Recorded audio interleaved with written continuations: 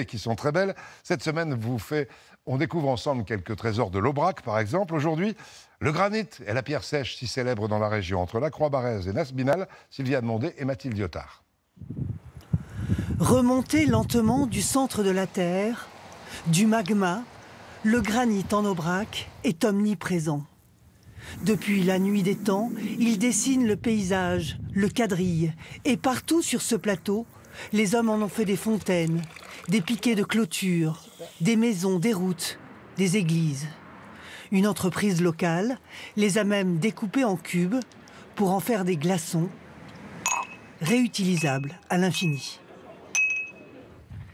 Catherine MacLean a grandi sur ce plateau. Pour elle, le granit est employé en Aubrac depuis près de 10 000 ans. J'ai fait des études d'archéologie préhistorique, justement.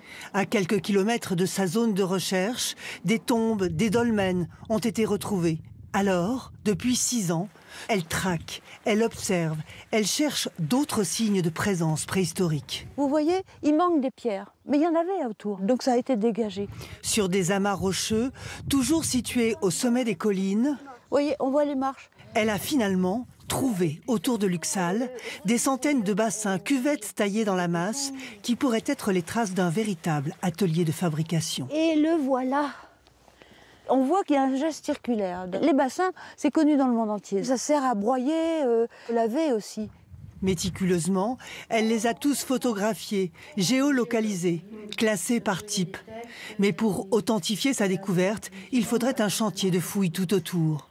Pour Catherine MacLean, il y a urgence. J'ai une supplique, c'est justement qu'il y ait des recherches avant que tous ces rochers ne soient par obligation moderne broyés, écartés et qu'ils disparaissent. Lui aussi a une passion pour le granit et pour la pierre. Yannick Delmas est un artisan bâtisseur en pierre sèche qui construit des murs sans jamais toucher au ciment. Ce jour-là, il est à Marchastel, en bordure du chemin de Compostelle. C'est très beau. Un ouvrage installé là pour sensibiliser les marcheurs. C'est un chantier qui a été mené en partenariat avec le parc naturel régional de l'Aubrac, un mur vitrine qu'on appelle, pour que les gens se rendent compte qu'en effet, on voit de la pierre sèche partout. On peut venir et regarder comment c'est fait, quoi. Une filière professionnelle, aujourd'hui, se met en place dans toute la France. Elle compte déjà 180 bâtisseurs qualifiés. C'est un savoir-faire paysan.